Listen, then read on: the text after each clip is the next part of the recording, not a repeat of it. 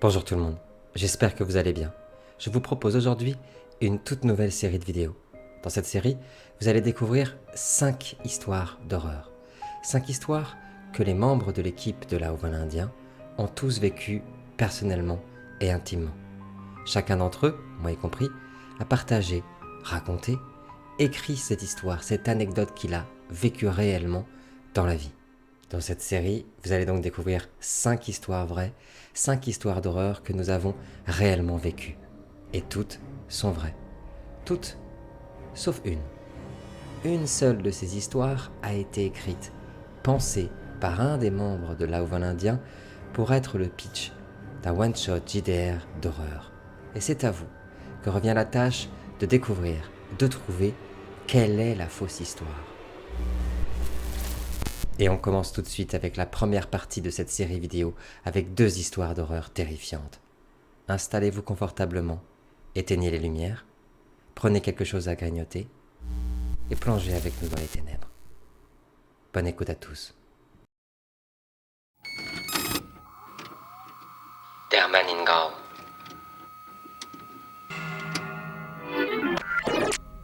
C'était il y a plus de 10 ans. À l'époque, j'habitais en Allemagne à Düsseldorf. Pour joindre les deux bouts, j'avais plusieurs tafs, notamment Kindermann. En gros, je devais m'occuper d'un enfant qui était bilingue et avec qui je devais parler français, pour qu'il ne perde pas son français justement. Pour cette histoire, nous l'appellerons Max. Comme en habitude, je me rendais jusqu'à l'école de Max à pied. J'ai toujours fait ça depuis le lycée. Je ne prends jamais les transports en commun. Une bonne heure de marche, mais Düsseldorf est une super ville et le chemin est vraiment chouette. Il passe notamment par 2 jolis parcs et par la vieille ville que j'adore. Ce jour-là donc, j'enfile mon casque, je mets du 16 à fond comme toujours et je pars tranquillement en direction de l'école de Max pour le récupérer. Mon périple, au départ, se passe exactement comme à l'habitude. J'avance à grands pas, guidé par les guitares énervées de l'album J'accuse. Mais tout va très vite complètement basculer. Comme souvent à Düsseldorf, il ne fait pas beau ce jour-là. Il fait tout gris, froid et il pleut. C'est à un feu rouge, à la Sternstrasse, que tout commence. Peut-être était-il déjà là avant, mais je ne m'en étais pas rendu compte. Je m'arrête au feu.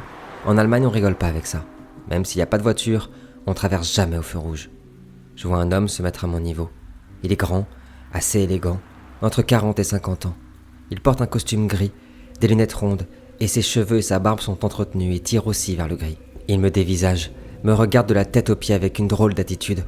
Il ne se soucie aucunement de ma réaction. Il me toise, c'est tout, sans sourire, sans rien transparaître. Je suis directement gêné par son attitude. Habituellement, les gens qui vous dévisagent le font un peu discrètement. Là, c'est tout le contraire. Ça dure quelques secondes, qui mettent extrêmement mal à l'aise. Puis, le feu passe au vert et je reprends ma course. Comme je marche assez vite, je me dis que je vais vite le dépasser. C'est pas si grave. Et comme j'écoute la musique à fond, je me suis dit qu'il pensait certainement des trucs de boomer, que c'était une façon de me montrer tout son dégoût pour ma génération. Ce n'était pas la première fois. Sauf qu'il me suit à la trace. Il n'est pas derrière moi. Il me colle, marche littéralement dans mes pas. Je peux sentir sa respiration dans mon cou et ses pieds touchent parfois les miens. Je commence à me sentir très très mal à l'aise. J'éteins ma musique, enlève mon casque, je m'arrête et me retourne pour le confronter. Il s'arrête aussitôt. Il me fixe sans aucune expression. Il n'est même pas essoufflé, rien. Je suis tétanisé. Je ne suis pas le genre à être très à l'aise dans les confrontations, ni avec les interactions sociales. Mais à ce point-là, j'arrive toujours pas à comprendre ce qui s'est passé. J'ai été incapable de le confronter, de dire quoi que ce soit.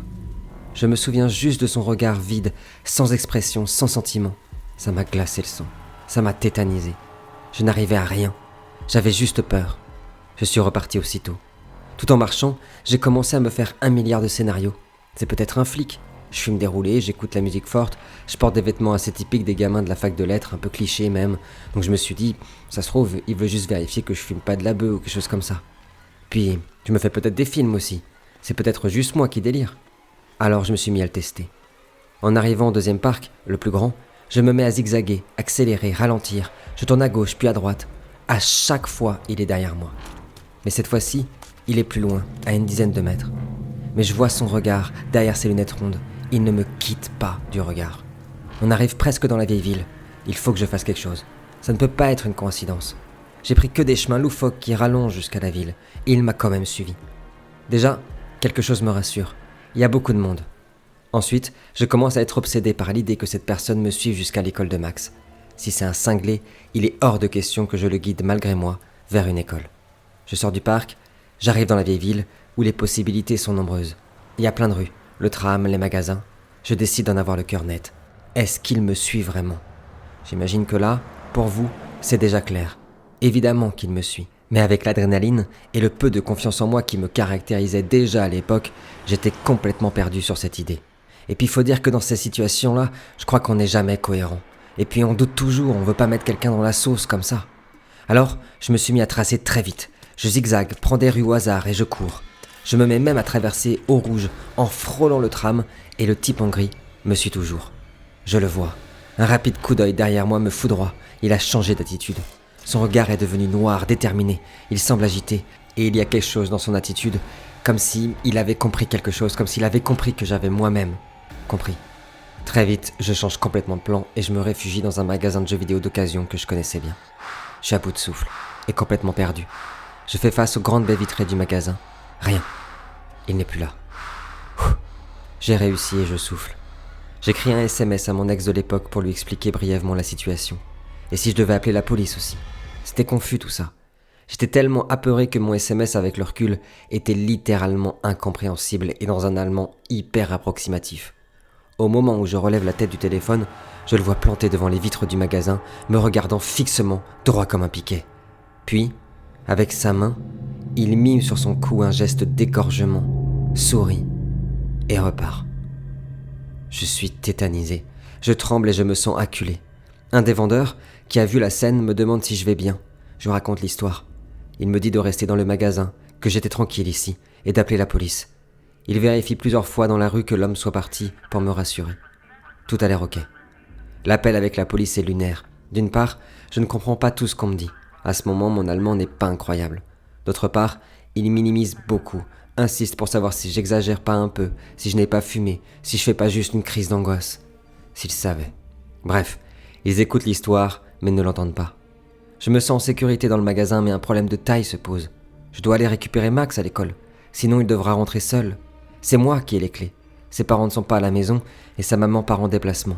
Ils comptent tous sur moi. Max compte sur moi. J'ai foncé jusqu'à l'école en prenant soin de vérifier constamment derrière moi. Il n'était plus là. Après avoir récupéré Max, j'ai décidé de prendre un taxi jusqu'à sa maison pour éviter qu'il nous suive, au cas où. Il n'y avait à peine 1 kilomètre à faire, mais je voulais être sûr. Max n'a pas trop compris car on avait nos petits rituels sur le chemin du retour. Passer au magasin de bonbons, le long du Rhin, etc. Mais c'était plus sûr. Tout le long de la journée, je n'ai pas arrêté de regarder par la fenêtre, mais il était plus là. Max a bien senti que j'étais inquiet, et pas comme d'habitude. Mais j'ai filouté pour qu'il ne s'inquiète pas. J'avais beaucoup de mal à ne pas me faire de film catastrophe aussi. En repartant le soir, j'ai dérogé à la règle et j'ai pris le tramway. Et je peux vous dire que pour que je le prenne, il fallait vraiment que je sois inquiet. Le soir à la maison, j'étais seul et toujours inquiet.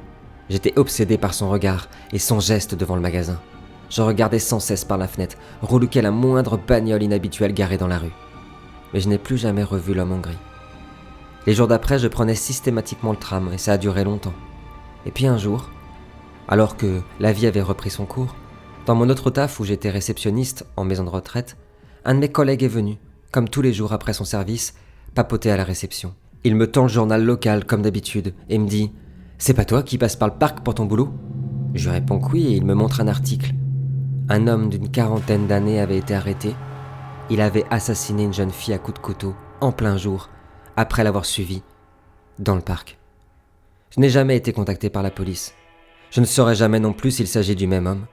Mais j'ai la conviction que ce jour-là, j'étais suivi par quelqu'un d'extrêmement dangereux et surtout que si on avait pris au sérieux mon appel, on aurait peut-être pu empêcher tout ça.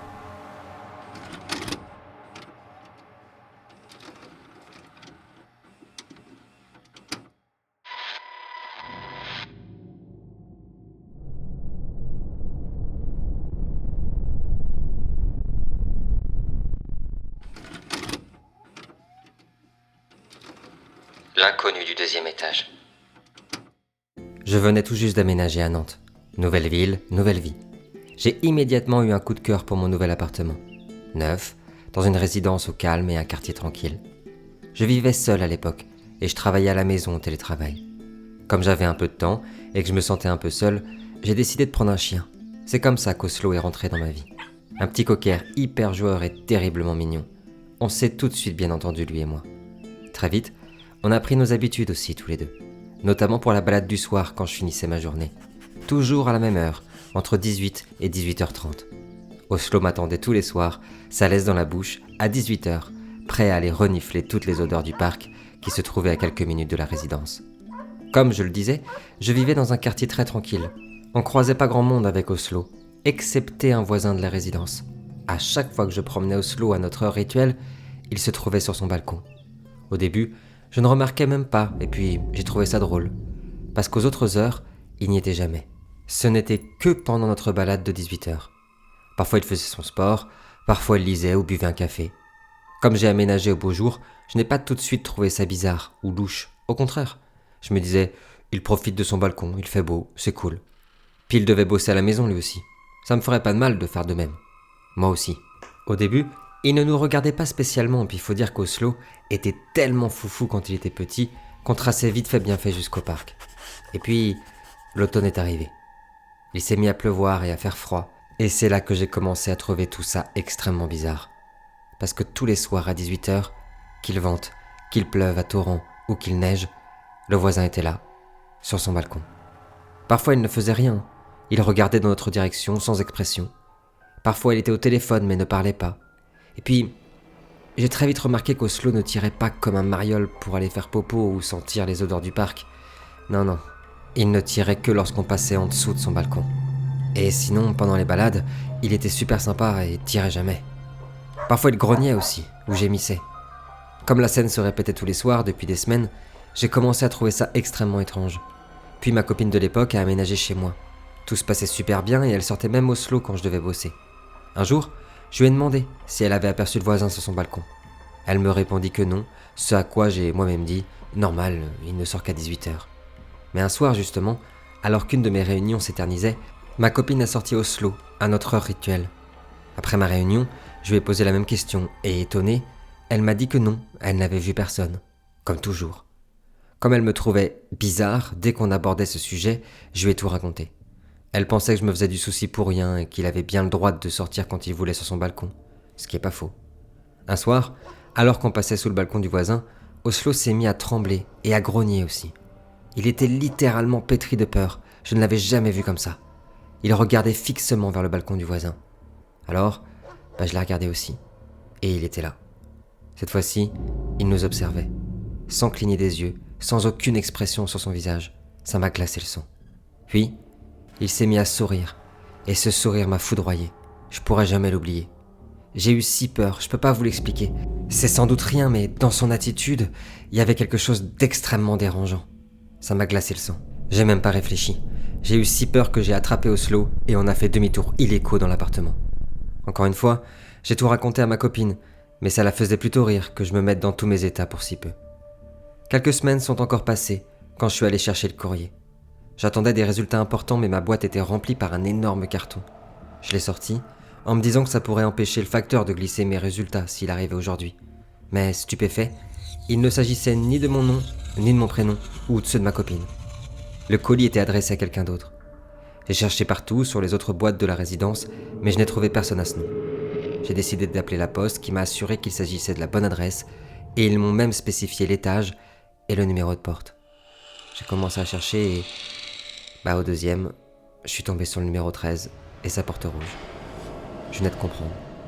Sans aucun doute, il s'agissait de l'appartement qui donnait sur la cour de la résidence, celui du balcon, celui du voisin. Je me suis approché doucement, j'ai tenté d'écouter pour voir s'il y avait quelqu'un, pas un bruit. Pour une raison que j'ignore, j'ai commencé à angoisser sévère, j'avais des sueurs, une peur bleue de frapper à cette maudite porte. En fait, ce qui me faisait surtout peur, c'était que quelqu'un ouvre, je crois. Puis je me suis rappelé ce que me disait ma copine. Elle n'avait sans doute pas tort, enfin je veux dire, ça me ressemble bien de m'inquiéter pour rien. Je devais me faire des films. J'ai pris sur moi et j'ai commencé à frapper, puis, comme personne ne répondait, j'ai sonné plusieurs fois mais en vain. Enfin, un voisin de palier derrière moi, qui n'a pas manqué de me faire sursauter, le concierge de la résidence, a ouvert sa porte. Il m'a salué poliment et m'a demandé ce que je cherchais. Je lui ai raconté l'histoire du colis et sa réponse m'a glacé le sang. « Plus personne n'habite là depuis plus d'1 an. Ça fait au moins 4 mois que l'appartement est en vente. Vous devez vous tromper. Je tremblais et lui dis que c'était impossible, que j'avais vu quelqu'un sur le balcon tous les soirs depuis des mois. Ce à quoi il répondit: Vous devez vous faire des films, mon petit. C'est impossible. Je connais tout le monde ici. Je vous assure que l'appartement est vide. Il y a personne. J'ai commencé à trembler, je l'ai remercié et paniqué, je suis retourné à la hâte à mon appartement. Est-ce que je délirais? Je suis pas fou, je l'ai vu. Je l'ai vu sur son balcon. Et Oslo aussi l'a vu. D'ailleurs, à peine étais-je rentré que mon chien s'était carapaté au fond du couloir et m'aboyait dessus avec insistance. Il n'avait jamais fait ça auparavant, pas à l'intérieur de l'appartement. J'ai vite compris qu'il s'agissait du colis. C'est cette boîte en carton qui lui faisait si peur. Je l'ai posée sur un meuble et Oslo a accouru jusqu'à moi. Il y avait peut-être un moyen de savoir, de comprendre. Devais-je ouvrir le carton? Découvrir ce qu'il y avait à l'intérieur? Peut-être que quelque chose allait me renseigner sur son identité. J'ai pris mon courage à deux mains et je l'ai ouvert. Dedans, il n'y avait rien. Absolument rien. Je me souviens avoir entendu longtemps avant d'y plonger les mains et mon regard, en attendant quelque chose de glauque, quelque chose qui m'aurait fait sursauter. Il n'y avait rien du tout. Le carton était vide. Comme l'appartement du deuxième. J'ai jamais revu mon voisin du deuxième étage sur son balcon.